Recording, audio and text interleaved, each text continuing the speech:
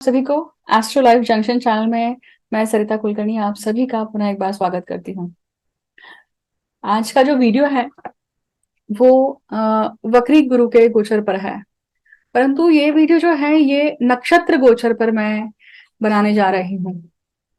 गुरु फिलहाल आप देखेंगे कि 27 जून को भरणी नक्षत्र में प्रवेश कर चुके हैं। गुरु के साथ में युति जो है वो राहु की है और राहु अश्विनी नक्षत्र में है।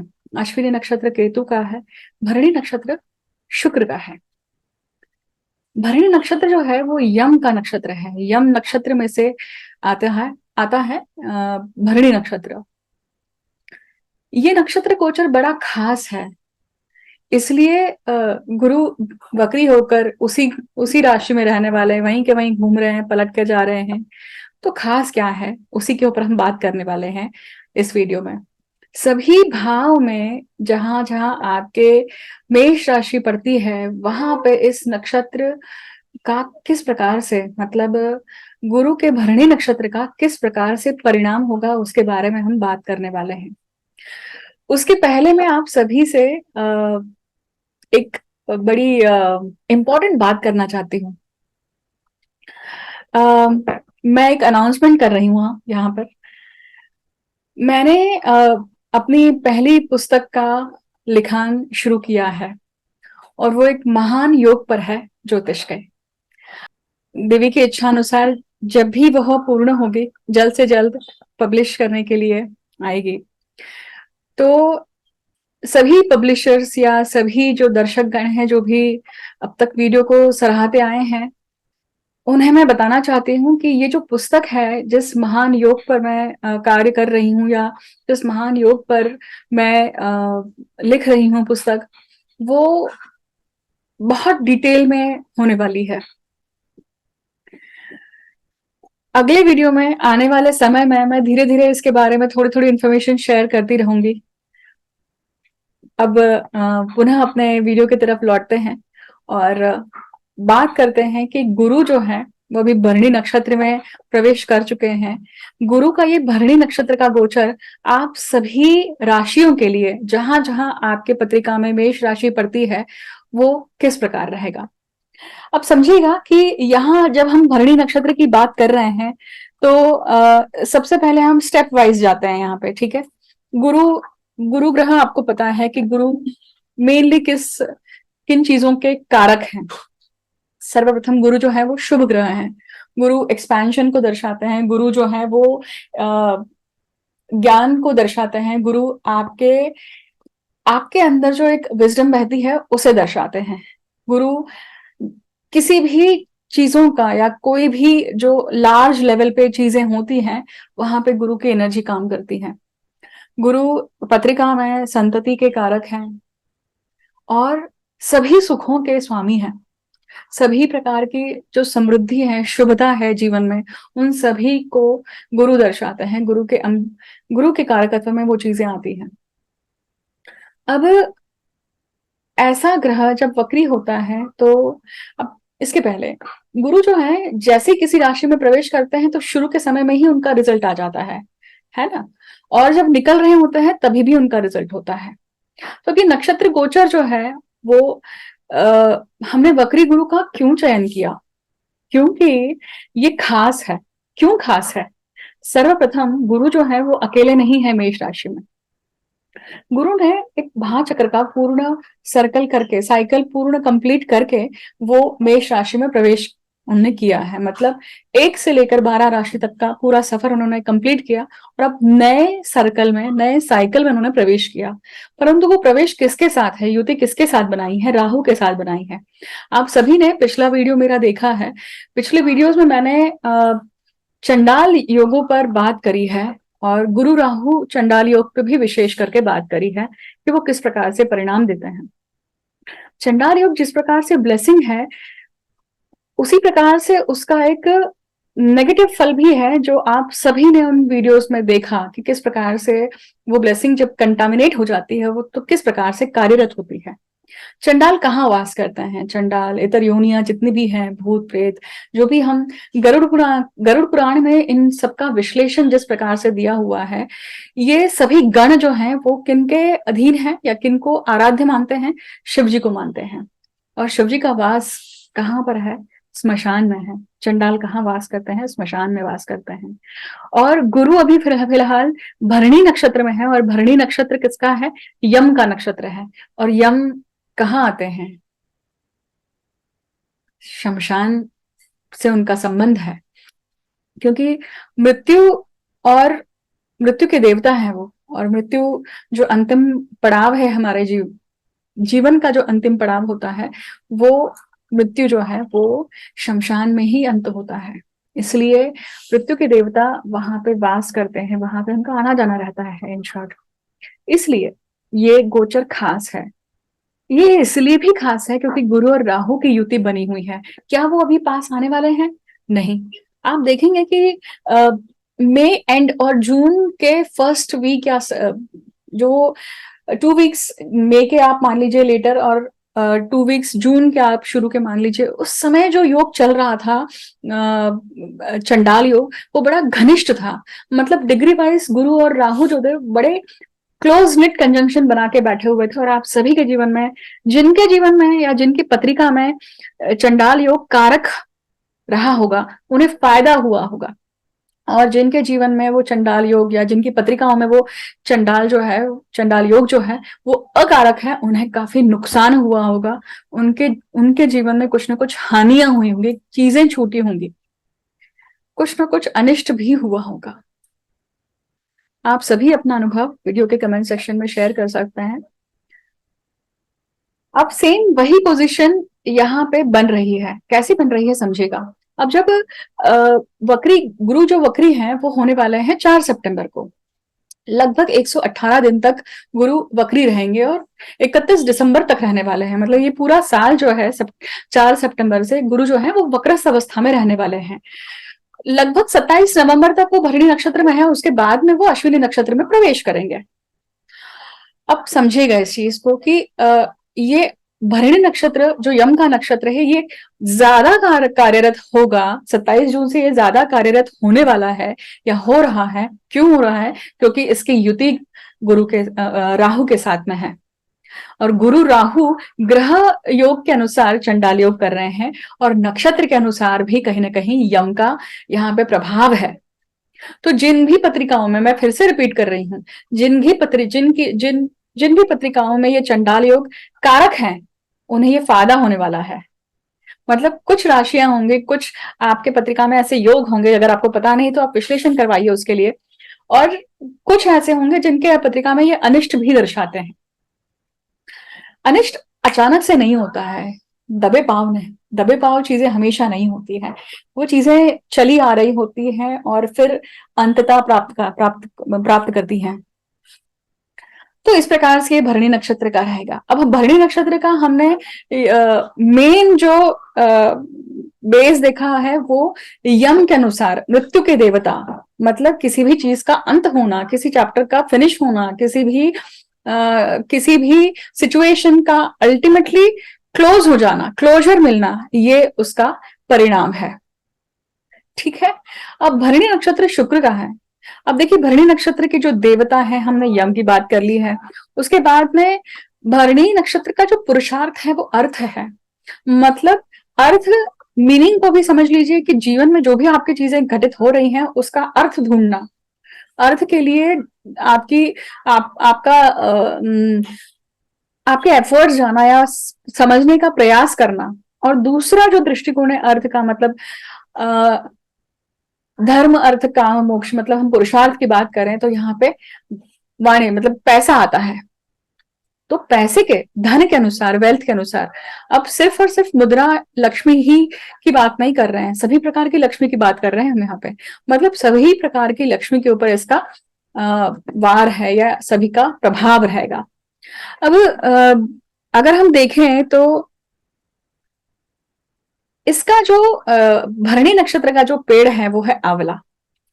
तो समझिएगा जो मैंने कहा अभी बीच में कि किसी के लिए अकारक है या किसी के लिए कारक है। तो इसका परिणाम किस प्रकार से होगा? भरणी नक्षत्र जिनकी भी पत्रिकाओं में इनका जिनका चंद्र जो है मतलब जन्म नक्षत्र जो है वो भरणी नक्षत्र का है, उनके लिए ये गोचर सबसे ज्यादा प्रभावशाली होने वाला है। उसी के साथ साथ जिनका गुरु भी भरणी नक्षत्र का है उनके लिए भी प्रभावशाली होगा। क्यों? क्योंकि ये गुरु उस गोचर पे पुनः आए हैं, राइट। उसी प्रकार से इतर ग्रह, बाकी सभी ग्रह, अगर मेष कोई भी ग्रह आपका मेष राशि में जन्मस्थ ग्रह है और वो भरणी नक्षत्र में है, तो भी ये गोचर आपके लिए सबसे ज्यादा प्रभावशाली, सबसे ज्यादा कार्यरत रहेगा। ठीक उसी के साथ साथ अगर आपकी राहु की दशा चल रही है, गुरु की दशा चल रही है, भरणी नक्षत्र शुक्र का है, शुक्र की दशा चल रही है, तो भी ये जो गोचर है नक्षत्र का गोचर, ये भी आपके लिए प्रभावशाली रहेगा। अब देखिए यहाँ पे त्रिकोण बनता है ना। अब त्रिकोण किस तरह से बनता है? नक्षत्र जो होते हैं वो जब एक्टिवेट होते हैं तो अपने त्रिकोण भावों को भी एक्टिवेट करते हैं। That's how the things are in the sky. तो त्रिकोण किस प्रकार से एक्टिवेट होगा?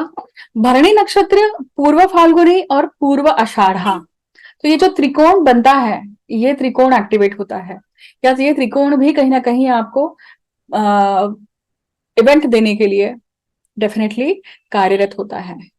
कुछ ना कुछ चीजों की शुरुआत होती है, या किसी चीज में या किसी रिलेशनशिप में या कोई भी लाइफ के चैप्टर में, एस्पेक्ट में कहीं ना कहीं इम्पैक्ट आता है इस चीज का। अब हम बात कर रहे थे अगेन मैं भरणी नक्षत्र के पेड़ के ऊपर आऊंगी।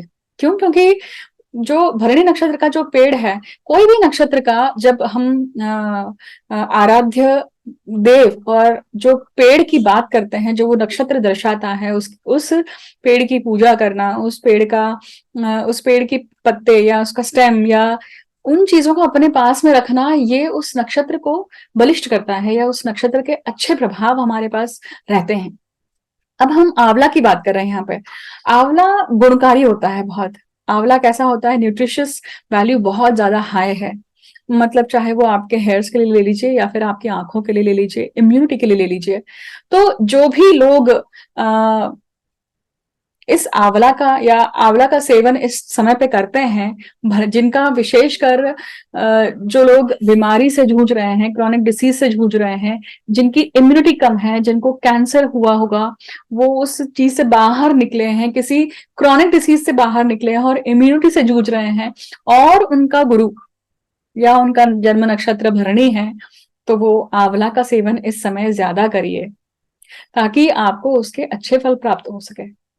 सो इन शॉर्ट, जब हम वक्री गुरु की भरणी नक्षत्र का जो गोचर हम समझ रहे हैं, उसका परिणाम सभी पूरी पत्रिका में, मतलब हर एक के पत्रिका में जहां भी मेष राशि पड़ती है, वहां पे वो न्यूट्रिएंट लेवल उस अंग को दर्शाता है, अगर आप वो बढ़ाते हैं तो। अब हम बात करेंगे सभी भाव में, जहां जहां मेष राशि आपकी पड़ती है, प्रत्येक 12 भाव में इसका परिणाम किस प्रकार से रहेगा। तो सर्वप्रथम मेष राशि जब आपके पहले भाव में पड़ती है तो किस प्रकार से परिणाम होंगे आपको। ये जो नक्षत्र गोचर है गुरु का भरणी नक्षत्र में, ये आपके बाकी भावों से किस प्रकार से प्रतिसाद करने वाला है। अब देखिए, समझेगा, पहले भाव में जब मेष राशि आती मतलब मेष कुंडली हुई है, और मेष कुंडली में प्रथम भाव में जब गुरु है, इसका अर्थ है कि पूर्वज आपके साथ में हाजिर रहते हैं। और यही अगर आपके गुरु जो है वो जन्मस्थ कुंडली में भी पूर्व मतलब गुरु प्रथम स्थान में है, तो गुरु के ऊपर गुरु का भ्रमण है, तो ये इंपॉर्टेंट टाइम पीरियड है आपके लिए। ये life turning, life changing time period चल रहा होगा। अब गुरु यहाँ पे जब होता है तो ऐसा कहा जाता है, पराशर ऋषि के सूत्रों में लिखा हुआ है कि जब भी आप पूजा पाठ करते हैं तो वो जो पूर्वज हैं वो हाजिर रहते हैं। पूर्वज मतलब कौन? जिनके कारण हम और हमारा अस्तित्व है। उन पूर्वजों ने अगर हमें उन्होंने डिसीजन नहीं लिया होता कि हमें वंश आगे बढ़ाना है, तो हमारा अस्तित्व भी नहीं आता। इसलिए सबसे पहले उनको ग्रेटिट्यूड व्यक्त करना आवश्यक है, पहली बात। उसी के साथ साथ अगर मान लीजिए अब यहाँ पे राहु भी है आपकी पत्रिका में, अगर ये पितृदोष भी है, मतलब सूर्य या चंद्र है वहां पर, तो ये आपके लिए त्रासदायक, प्रॉब्लमेटिक हो सकता है। क्यों हो सकता है? क्योंकि सबसे पहले तो पहले भाव का पूर्वज, मतलब पहले भाव का गुरु जो पूर्वज दर्शा रहा है, वो आपसे चाह रहा है कि आप अभी कुछ ना कुछ उनसे संबंधित, जो पूर्वज चाह रहे थे उससे संबंधित कार्य करें। उसी के साथ में वो पितृदोष है, यम का नक्षत्र है और पितृ है, इसलिए वो लोग ज्यादा आपको एक्टिवेट करके सचेत करने वाले हैं, या आपसे चाहते हैं कि आप उसके ऊपर काम करें। अब देखिए, आने वाला जो पितृपक्ष है, जैसे अभी अगस्त चल रहा है, और जैसे ही गणपति का फेस्टिवल खत्म होता है, उसके दूसरे दिन ही पितृपक्ष शुरू होता है। पितृपक्ष में आप सभी को वहां पे पितृ तर्पण, पितृ के कार्य को संपूर्ण करना है। जो भी कोई इच्छा आपने अभी तक सुनी हुई होगी अपने घर में किसी पूर्वजों से, या जो हयात में है, मतलब जो एग्जिस्टेंस में है और जो जा चुके हैं, उनसे आपने अगर सुना हुआ होगा कि अपने पूर्वजों से कि हाँ ये काम करना था, इसको, इस देवी का विजिट करना था, यहाँ पे मंदिर बांधना था, या यहाँ पे कुछ इनकी साल की जो पूजा होती है वो करनी थी, अगर ऐसा कोई भी कार्य है, शेष है, तो ये पितृपक्ष में जरूर करिए। क्योंकि अगर आप ये करते हैं तो आप अपना पुण्य भी कमाते हैं और आप उस दोष से मुक्ति भी पाते हैं, क्योंकि योग है। योग पे जब आप कार्य करते हैं तो वो पूर्ण होता है योग, और जब आपने वो योग पूर्ण कर दिया तो वो उस चीज को करने के लिए आपको वापस से जन्म नहीं लेना पड़ेगा। अब बात करते हैं द्वितीय भाव में। द्वितीय भाव में अगर आपकी मेष राशि आती है, इसका अर्थ है कि हम मीन लग्न की बात कर रहे हैं। अब द्वितीय भाव में अब मेष राशि है, वहां पे गुरु और राहु का योग है ना। और वक्री गुरु अभी कहाँ जा रहे हैं, वक्री गुरु जो है वो भरणी नक्षत्र में चल रहे हैं, और भरणी नक्षत्र यम का नक्षत्र है, यम का नक्षत्र है। उसी के साथ साथ जब हम इसका प्रभाव समझने की कोशिश करते हैं तो यम के समान, चंडाल योग के समान इसका प्रभाव आपके वाणी पे, आपके धन पे, आपके कुटुंब पर इसका असर आता है। अब क्या होगा अगर आपकी पत्रिका में ऑलरेडी चंडाल योग है, आई रिपीट, आपकी पत्रिका में ऑलरेडी चंडाल योग है, पर वो कारक है कि नहीं है, ये तो आप जिस भी पत्रिका दिखाते हैं, विश्लेषण करते हैं, तभी आपको समझ में आएगा। तो अगर वो कारक है तो आपको फल प्राप्ति होगी, मतलब आपको धन की प्राप्ति होगी, आपकी वाणी के कारण आपका फायदा होगा। आप जिस भी प्रकार से कोई कहीं लेक्चर दे रहे हैं, सेमिनार कर रहे हैं, या आप अगर डील क्लोज करने जा रहे हैं तो आपके कारण फायदा होगा, और यहाँ पे धन की भी प्राप्ति होगी। पर वही मान लीजिए, अगर, क्योंकि द्वितीय भाव जो है वो कुटुंब का भी है, अगर अकारक है वो, तो ये विपरीत तरीके से काम करेगा। कैसे काम करेगा? कुटुंब भाव में, मतलब धन भाव में वक्री गुरु का गोचर भरणी नक्षत्र का कुटुंब में कलह लाता है। यम के समान वातावरण, मतलब स्मशान के समान वातावरण की निर्मित भी करता है घर में, धन हानि करता है, तबीयत खराब करता है, जो वातावरण है उसमें सैडनेस रहती है, या विषाद रहता है, डिप्रेशन होने की संभावनाएं दिखाई देती है, और उसमें व्यक्ति का मानसिक संतुलन भी बिगड़ता है। ये डिपेंड करता है कि आपकी पत्रिका में वो योग जो है वो कारक है या अकारक है।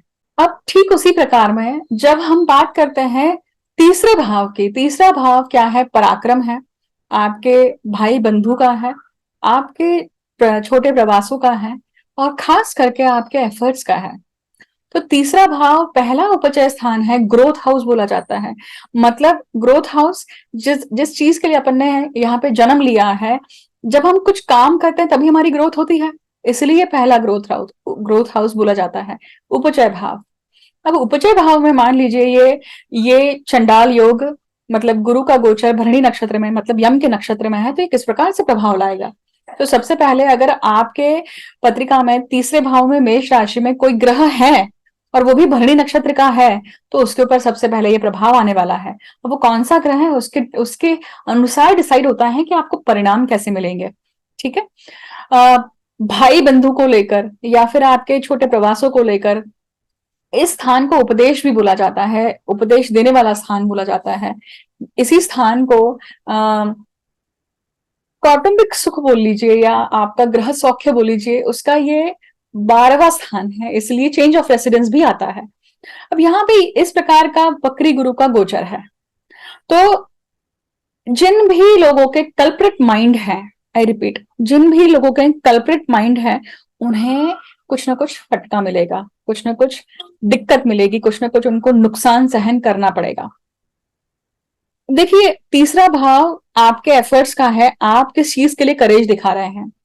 तो यहाँ पे आ, वो लोग जो दादागिरी करते हैं, जो झगड़ा करते हैं, या आर्ग्यूमेंट्स के लिए पहले उतरते हैं, या मान लीजिए वाणी से कुछ ना कुछ चीजें बिगाड़ लेते हैं, या आ, आप बुद्धि बल से भी कुछ ना कुछ यहाँ पे अर्जित करने की कोशिश कर रहे हैं यहाँ पे। तो ये खास तौर पे जैसे मान लीजिए पॉलिटिशियंस की बात हो, या आपका बोलने का व्यवसाय हो, या आपका बहुत लोगों से मिलने का व्यवसाय है, इंश्योरेंस है, या बहुत सारी ऐसी विधाएं जहां पे आपका संबंध लोगों से आता है। अब डिपेंड करता है कि आपकी पत्रिका में अगर चंडाल योग है, वो कारक है या अकारक अकारक है। कारक है तो आपको अपनी दिलेरी के कारण फायदा होगा। फॉर एग्जाम्पल, आप किसी जगह पे दादागिरी करते हैं, या आप किसी जगह पे अपनी वाणी का यूज करते हैं और अपना एक हुकूमत जमाते हैं, तो उस चीज के कारण आपका फायदा हो सकता है। बट वही अगर अकारक है तो आप अपनी वाणी के कारण प्रॉब्लम में आएंगे। आप अपनी दादागिरी, मतलब आपने किसी चीज की जोर जबरदस्ती करी, उसके कारण आप प्रॉब्लम में आएंगे। तो ये चीज आपको यहाँ पे ध्यान में रखनी पड़ेगी कि वो जो योग है आपकी पत्रिका में, ये योग कहीं भी हो सकता है, चंडाल योग, ठीक है। वो चंडाल योग एक्टिवेट होगा, किससे एक्टिवेट होगा? आपके कर्म से, आपके एफर्ट से।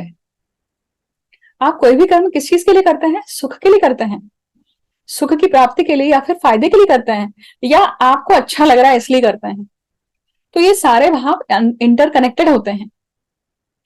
तो क्या देखना है, अकारक है या कारक है, उसके अनुसार आपको फल की प्राप्ति मिलेगी, ठीक है।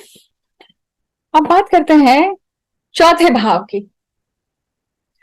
चौथा भाव हुआ, चौथे भाव में मेष राशि में गुरु और राहु की युति है आप कभी फिलहाल गोचर में। मतलब किस लग्न की बात कर रहे हैं हम? मकर लग्न की। मकर लग्न की बात कर रहे हैं, और मकर लग्न में देखिए चौथे भाव में वक्री गुरु वक्री होकर कहा क्या करने वाले हैं, नक्षत्र गोचर के अनुसार क्या परिणाम देंगे।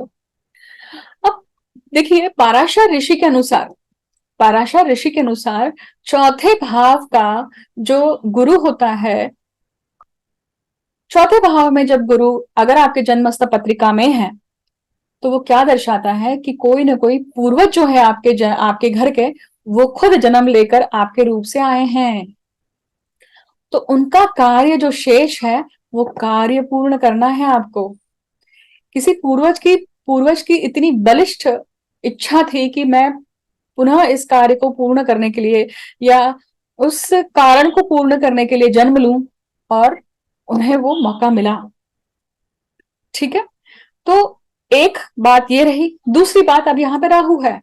पराशर ऋषि के अनुसार चौथे भाव का जो राहु होता है, वो सर्प योनि को दर्शाता है। सर्प योनि को दर्शाता है, इसका अर्थ है कि गत जन्म में, किसी न किसी जन्म में आप सर्प योनि से रहे हैं, तो सर्प योनि के संस्कार आप में रहे हैं। तो अब जब चौथे भाव का राहु इस प्रकार से यहाँ पे है, तो दंश होना, या फिर किसी न किसी चीज को लेकर एक इस प्रकार की एक धोखेबाजी होना, मैनिपुलेशन होना, ये सारी चीजें यहाँ पे बन सकती हैं, पहली बात। दूसरी बात, अब यहाँ पे आने वाला समय जो है, क्योंकि गुरु जो है वो वक्री हो रहे हैं खास उस समय पे जब जिस समय पे पितृपक्ष आने वाला है। तो पितृपक्ष में भी गुरु जो है वो वक्रस्थ अवस्था में रह रहे हैं, और यम के नक्षत्र में रह रहे हैं, भरणी नक्षत्र में रह रहे हैं। तो यहाँ पे पितृलोक, यम लोग बहुत ज्यादा एक्टिवेटेड रहेगा आपसे। आप अगर इस समय पे कुछ ना कुछ कार्य करते हैं पितरों से संबंधित, तो आप छूटते हैं। आपको प्रेरणा होगी उस समय पे ये चीज करने के लिए, तो वो प्रेरणा को इग्नोर नहीं करना है, वो कार्य पूरा करना है।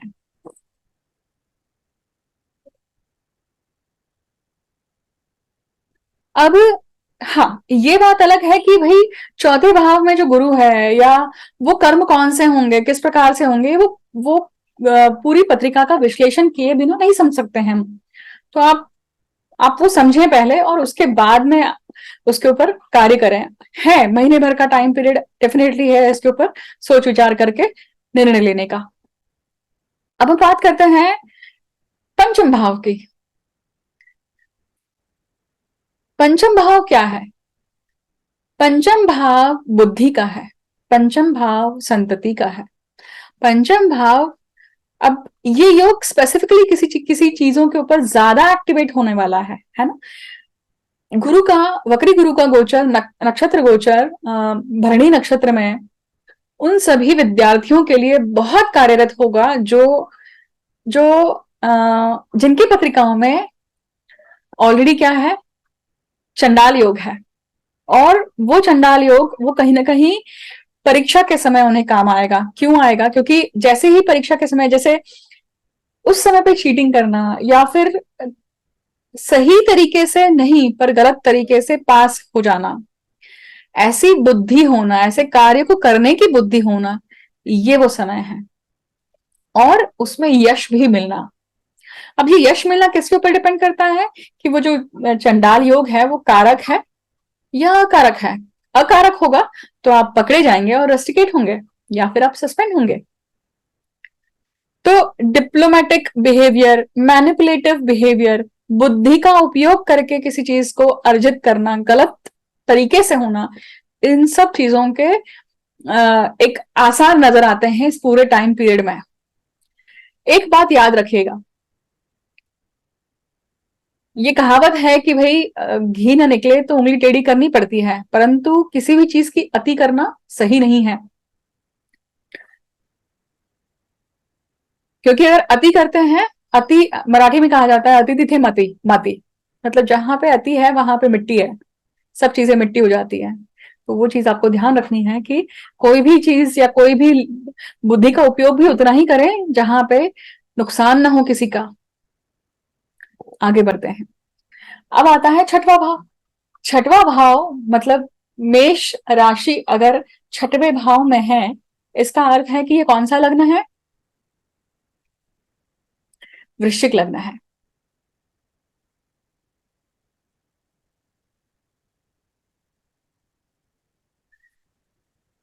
वृश्चिक लग्न के लिए जब मेष राशि मतलब पेंडिंग कर्मा में वक्री गुरु भरणी नक्षत्र में आए हैं, यम के नक्षत्र में आए हैं, और वहीं अगर आपके कोई और ग्रह हैं और वो ग्रह भरणी नक्षत्र के हैं, तो ये वो समय है जब आप अपने हिसाब चुकते करते हैं, आप पेंडिंग कर्म को पूर्ण करते हैं। आपको पूरी पूरी पूरा चांस मिला है कि आप उसे पूरी तरह से निभाएं।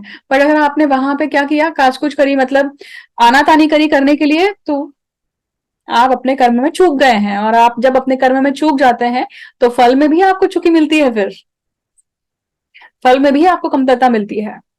तो पेंडिंग कर्म की, अब क्योंकि अप्रैल में ये राहु और गुरु एकत्र आए थे, तब आपने, आप में से बहुत सारे लोगों ने इस पेंडिंग कर्म को, कौन से पेंडिंग कर्म को, राहु जो है वो तंत्र को दर्शाते हैं, गुरु जो है वो पूर्वजों को दर्शाते हैं। तो तांत्रिक कार्य, पितरों का करना या कुलदेवी का करना, कुलदेव का करना, ग्राम देवता का कार्य करना, ये सभी जो है ये अधूरे बचे हुए कार्य हैं। अगर ये आपने कर लिए हैं, इसका अर्थ है कि यहाँ पे पेंडिंग कर्म की पूर्णता हो चुकी है। और अब आने वाला समय जो है जब ये यम के नक्षत्र में, क्योंकि यम क्या है, वो छड़ी है एक प्रकार की कि लेसन या जजमेंट देने के लिए आए हैं, और उस जजमेंट का फल प्राप्ति इस दौरान होगा। अब बात करते हैं मेष राशि जब सप्तम भाव में होगी तो किस प्रकार से परिणाम होगा। अब मेष राशि अगर सप्तम भाव में, इसका अर्थ है कि तुला लग्न है। तुला लग्न के लिए जिसका स्वामी जो है वो शुक्र है, और शुक्र का नक्षत्र भरणी, इस नक्षत्र में ही गुरु आ रहे हैं, आ चुके हैं।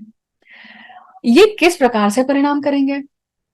अगर आपकी पत्रिका में ऑलरेडी चंडाल योग है किसी प्रकार का, मैंने पिछले वीडियोस में 5 प्रकार के चंडाल योग बताए हैं, अगर वो वीडियो आपने नहीं देखा है तो जाइए और उसे देखिए, तो आप समझेंगे कि ये जो गोचर है ये किस प्रकार से परिणाम देगा आपको। जब जनरल अगर लेवल पे कहा जाए तो गुरु जब यम नक्षत्र में है तो आर्ग्यूमेंट, आर्ग्यूमेंट होना, रिलेशनशिप में प्रॉब्लम होना, पार्टनरशिप के लिए बेकार है ये, डिवोर्स की संभावना है, उसका कंक्लूजन मिलना, ये सारी चीजें हो सकती हैं यहाँ पर। क्योंकि मैंने क्या कहा कि यम का नक्षत्र है, गुरु का गोचर, वक्रस्थ गुरु का गोचर यम के नक्षत्र में कहीं ना कहीं उस चीज की पूर्णता कर रहा है, फिनिश कर रहा है, चैप्टर क्लोज कर रहा है। आपकी पत्रिका में वो योग कारक है या अकारक है, ये जानना बहुत जरूरी है आपके लिए, तभी आप उसका सही फल जान पाएंगे। अब बात करते हैं अष्टम भाव की। अब अष्टम भाव में गुरु भरणी नक्षत्र का, भरणी नक्षत्र यम का नक्षत्र, मतलब हम बात कर रहे हैं कन्या लग्न की। कन्या लग्न के लिए अष्टम भाव में गुरु और राहु ऑलरेडी चल रहे हैं। अब ये गुरु वक्री हो रहा है 4 सितंबर को और भरणी नक्षत्र में चल रहे हैं। अब समझेगा, अष्टम भाव किसका है? मृत्यु का है। अष्टम भाव पैतृक संपत्ति का है, अष्टम भाव गूढ़ विद्याओं का है, क्रॉनिक डिसीजेस का है। अब भरणी नक्षत्र यम का नक्षत्र है, जमीन की नीचे की चीजें, या आप देखिए अष्टम भाव का जो गुरु भरणी नक्षत्र का है, वो उन सभी लोगों के लिए जो साधक गण हैं, तांत्रिक साधु हैं, या मान लीजिए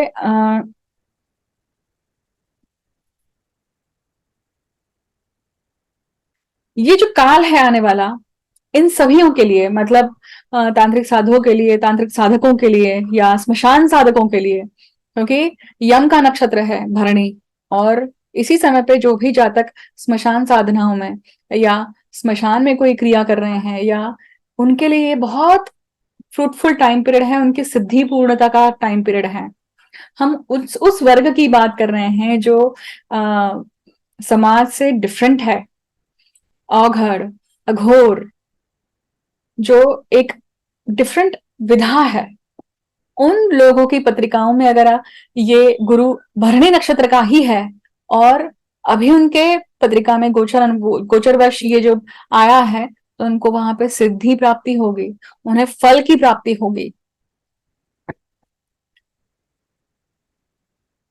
दूसरी बात, उन सभी लोगों के लिए, आई रिपीट, उन सभी लोगों के लिए, उन सभी जातकों के लिए जो अभी फिलहाल के समय में या अपनी समस्याओं को लेकर, अपनी दिक्कतों को लेकर, लाइफ के किसी न किसी एस्पेक्ट को लेकर विधि करवाने जा रहे हैं या विधि करवाना चाहते हैं और विचार विमर्श कर रहे हैं, किसी ज्योतिषी से बात करी है, किसी वैदिक पंडित से बात करी है, तांत्रिक से बात करी है, मांत्रिक से बात करी है, तो ये वो समय है, गुरु का भरणी नक्षत्र में होना, वक्रस्थ अवस्था में होना, ये उस चीज की पूर्तता देगा,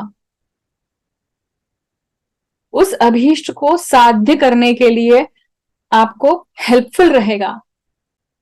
ये योग जहां गुरु भरणी नक्षत्र में है और भरणी नक्षत्र में जो यम का नक्षत्र है, ऐसा योग, इस योग पे मारण विधि जैसी षट कर्म क्रियाओं की होने की संभावनाएं या की जाती है, बहुत बड़े पैमाने पे होने की संभावनाएं है।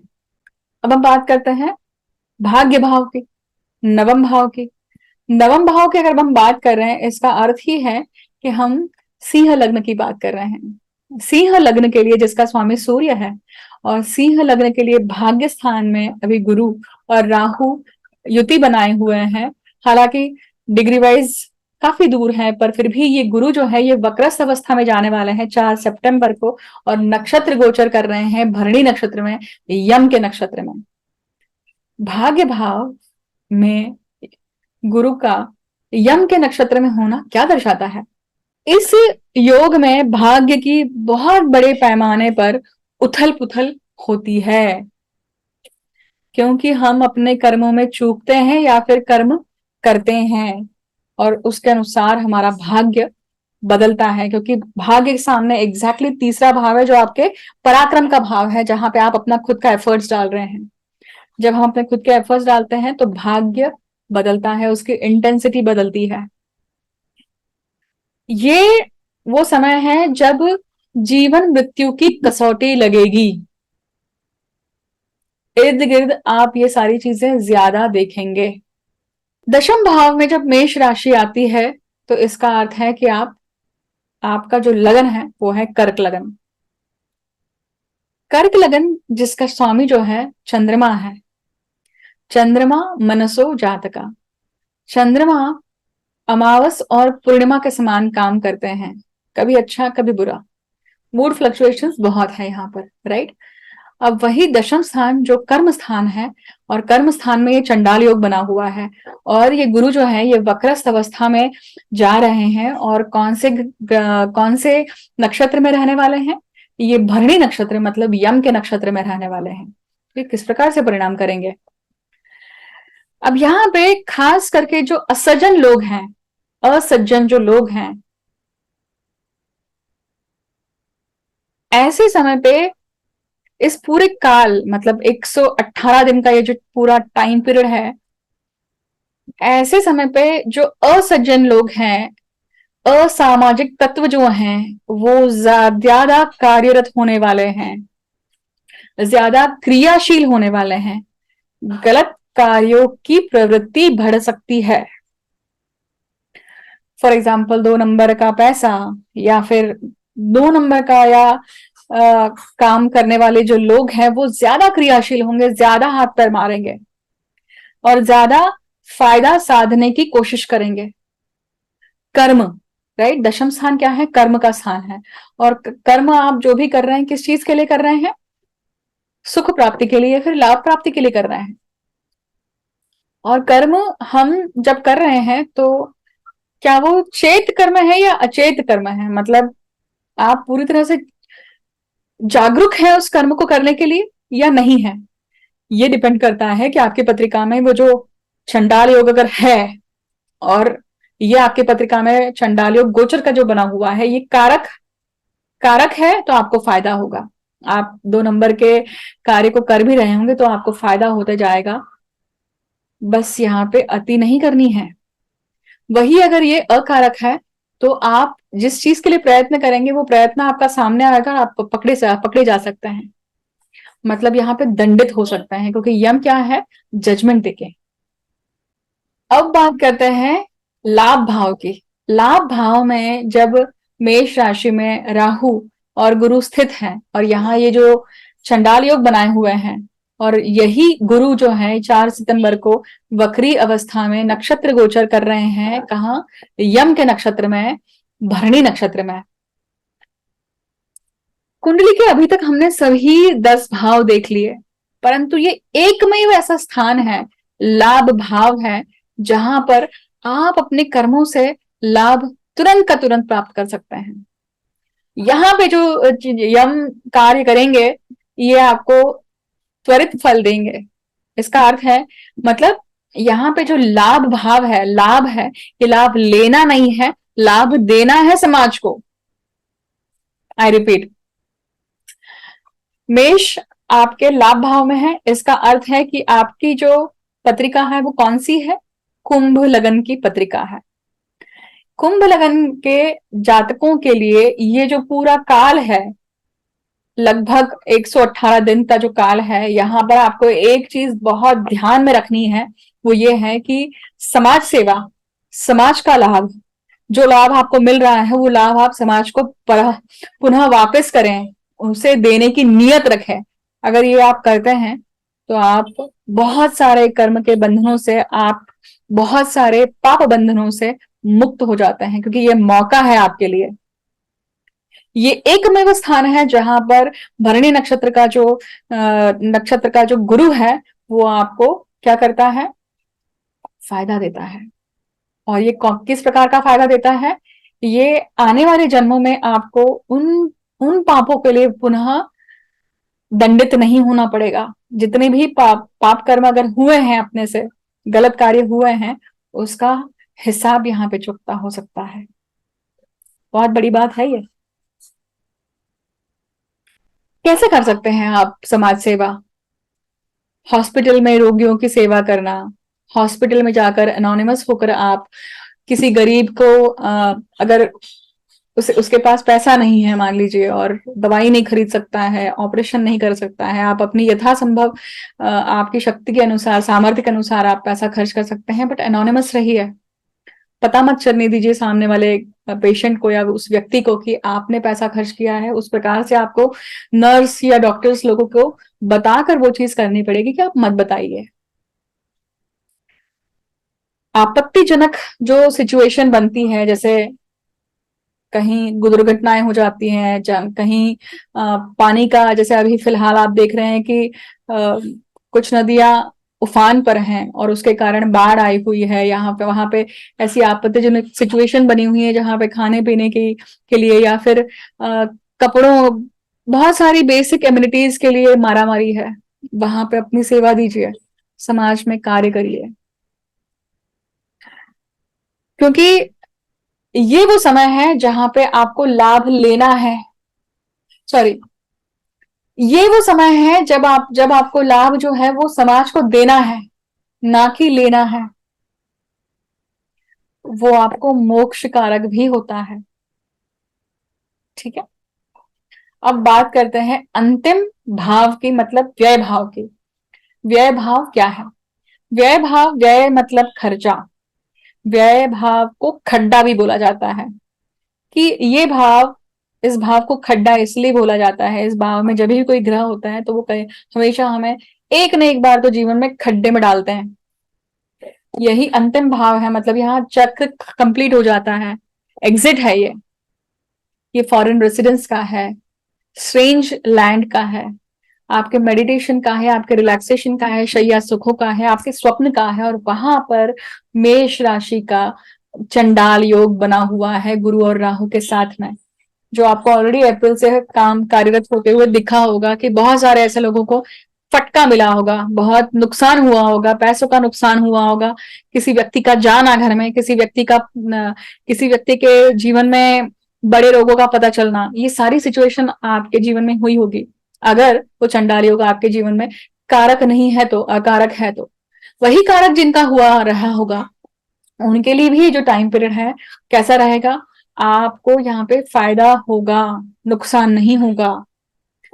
इस योग में क्या करना चाहिए? भरणी नक्षत्र का गुरु नक्षत्र गोचर ये बताता है कि ये समय सबसे बढ़िया एक मौका है उन सभी लोगों के लिए जिनके पत्रिका में व्यय स्थान में कोई ग्रह है मेष राशि में और भरणी नक्षत्र में है। तो आप मंदिरों को बांधिए, तीर्थ क्षेत्रों पर जाकर, तीर्थ स्थलों पर जाकर सेवा दीजिए, पानी की सेवा दीजिए, पानी पिलाइए, खाने की सेवा दीजिए, यथासंभव सामर्थ्य के अनुसार क्या करिए, अपना अपनी शक्ति लगाइए। यहाँ पे तपश्चर्या करनी है, यहाँ पे पेनेंस करना है, क्योंकि जब व्यय भाव में, पराशर ऋषि के सूत्रों के अनुसार जब व्यय भाव में ग्रह होते हैं, कौन से, खास करके राहु और गुरु जैसे ग्रह होते हैं, तो उस व्यक्ति ने, उस जातक ने गत जन्मों में मंदिरों की तोड़फोड़ करी है, मंदिरों में जो मूर्तियां हैं उनकी हेराफेरी करी है। स्मगलर्स हुआ करते थे ना, क्योंकि 100 200 300 साल पहले महाराजाओं का काल था, स्वाभाविक हो सकता है ना ऐसा। तो वो जब योग, आप वो जब आपने कर्म किया है तो इस प्रकार का योग लेकर आप जन्म लेते हैं। तो ये आपको मौका है, नियति आपको अभी इस समय वो मौका दे रही है कि आप उसे पूर्ण करें। ये अवसर आप लें और कार्य करें, बट एक शर्त है। शर्त क्या है? नेकी कर दरिया में डाल, करके भूल जाना है, उसकी फल की अपेक्षा नहीं करनी है।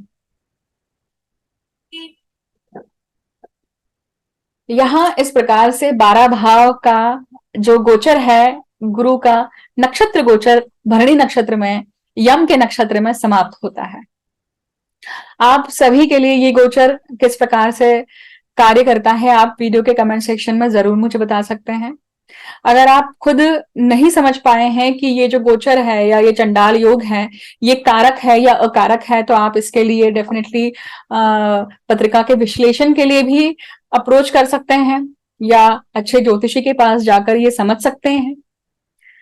मैं आप सभी को शुभकामनाएं देती हूँ कि आने वाला जो समय है, ये अवसर प्राप्त हुआ है, उसमें हम सभी की सद्बुद्धि हो और सही प्रकार से हम उसे कार्यरत कर पाए। आने वाला जो नेक्स्ट वीडियो है, यहाँ पे एक और अनाउंसमेंट है कि नेक्स्ट वीडियो जो है वो मैं बड़ा विशेष वीडियो ला रही हूं। एक अघोर की पत्रिका का विश्लेषण आप सभी के समक्ष रखने जा रही हूं। इसके माध्यम से आप जान पाएंगे कि मेरे पत्रिका विश्लेषण करने का तरीका क्या है, और ये मेरा नहीं है, ये शास्त्र के अनुसार या पाराशर ऋषि के अनुसार किस प्रकार से पत्रिका का विश्लेषण करना चाहिए, विवेचन करना चाहिए। पत्रिका विवेचन जो होता है वो हर ज्योतिषी के पर्सनल पर्सनल संस्कारों के अनुसार होता है कि उसके संस्कार किस प्रकार से रहे हैं। तो स्टे ट्यून, जल्द ही मिलती हूं आपसे एक नए वीडियो के साथ में, और ये वीडियो बड़ा खास रहेगा, एक अघोर की पत्रिका का विश्लेषण। Thank you so much for listening me patiently. जल्द ही मिलती हूँ।